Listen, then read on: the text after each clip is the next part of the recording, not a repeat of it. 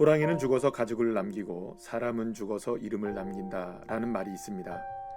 그렇다면 나는 이 세상에 어떤 이름으로 남겨지고 어떤 사람으로 기억되면 좋을까요?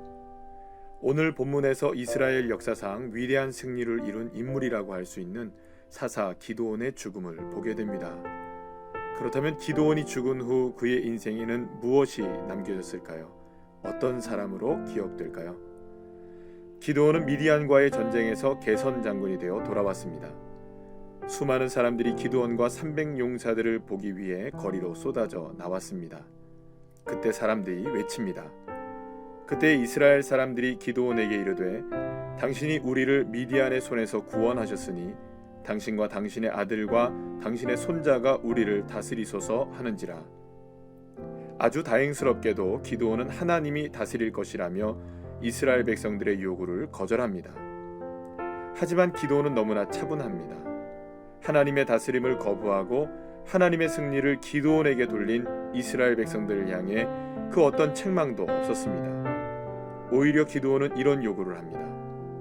내가 너희에게 요청할 일이 있으니 너희는 각기 탈취한 귀고리를 내게 줄지니라 하였으니.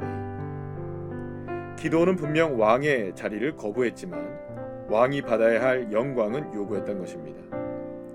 그리고 그렇게 모아진 금으로 에봇을 만들게 되었고 이스라엘 백성들은 이 금 에봇을 음란하게 섬기게 되고 기드온 가문의 올무가 됩니다.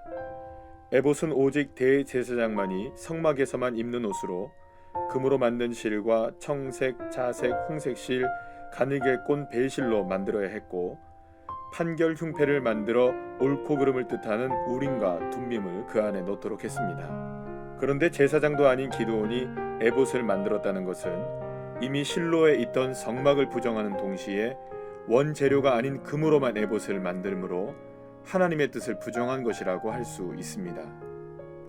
또 기드온은 세겜에 있는 처백에서 낳은 아들을 아버지는 왕이시다라는 뜻의 아비멜렉이라고 이름을 지었는데 기드온은 왕이 되기를 거절했지만 현실에서는 이미 왕의 자리에 올라 있었다고 할 수 있었습니다.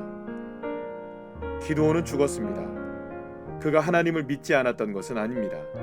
하지만 그가 떠난 자리에 하나님은 없었고 오히려 바알브릿과 이스라엘 백성들이 음란하게 섬기게 된 금 에봇만 남게 되었던 것입니다. 하나님이 왕이 되셔야 할 자리에 자신이 왕이 된 삶만 남겨진 것입니다. 우리도 하나님을 믿습니다. 하지만 우리 역시 기드온처럼 교묘하게 한 끗 차이로 주님의 뜻이 아닌 내 마음대로 살아갈 때가 얼마나 많은지 모릅니다. 하나님이 왕인 것 같지만 실상은 내가 왕인. 그래서 기드온의 모습은 영락없는 내 모습입니다. 우리 모두 언젠가는 이 세상을 떠납니다. 그렇다면 나에게는 무엇이 남게 될까요? 내가 만든 나의 에봇을 버리고 주님만이 나의 진정한 주권자요 왕이심을 고백할 때 내가 떠난 그 자리에 오직 주님만 남게 될 것입니다.